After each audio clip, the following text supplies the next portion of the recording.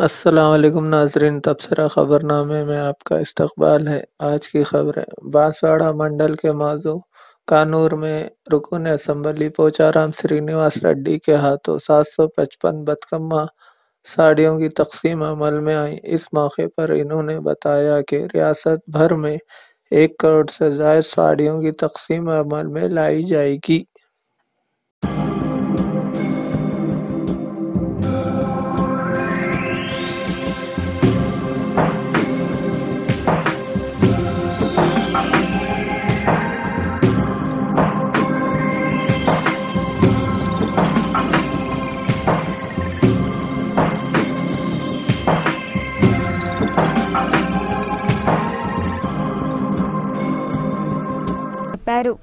ఆడబిడ్డలకు బతుకమ్మ పండుగ ఎట్లా వస్తున్నాము.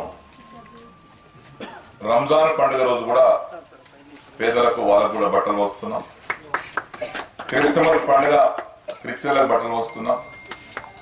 ఈరోజు 1 కోటి మందికి రాష్ట్ర వ్యాప్తంగా మనం చీరలు వస్తున్నాం. ఈ కార్యక్రమం ఈ ఒక్క సంవత్సరంతో పంచి ఆగేది కాదు. ఇది ప్రతి సంవత్సరం జరిగేటువంటి కార్యక్రమం.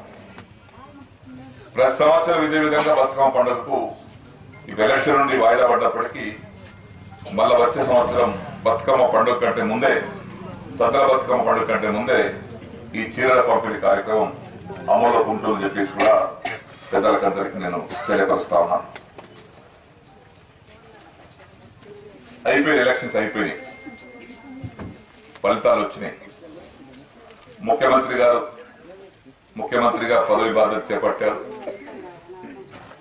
మహమూద్ అలీ గారు హోంశాఖ మంత్రిగా శాంతి భద్రతల పరిరక్షణ కోసం వారు బాధ్యత స్వీకరించారు.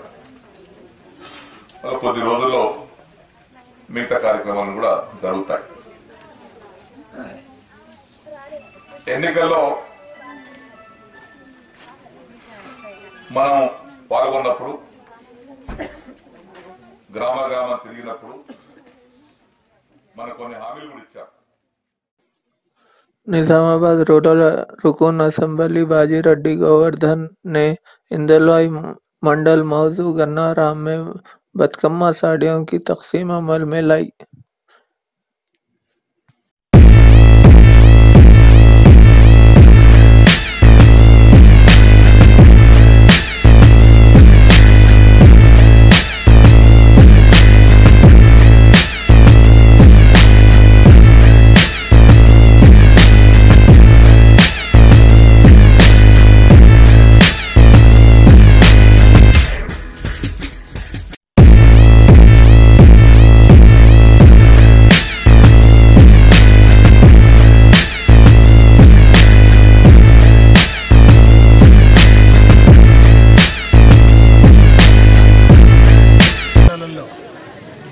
త్వరగా సీసీ రోడ్లు, డ్రైనేజీలు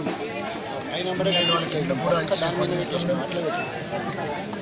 అదేవిధంగా దళితులు చాలా మందికి ఇల్లు లేవు, ఇళ్ల స్థలాలు ఉన్నాయి, వాళ్ళకు ఏర్పాటు చేస్తాం. 3 ఎకరాల భూమి అవుతుందో దళితులకు ఇచ్చేది తప్పకుండా ఎవరైనా ముందుకు వచ్చి అమ్మడానికి దాన్ని ఖరీదు చేసి దళితులకు ఇచ్చే ప్రయత్నం చేస్తాం మేము.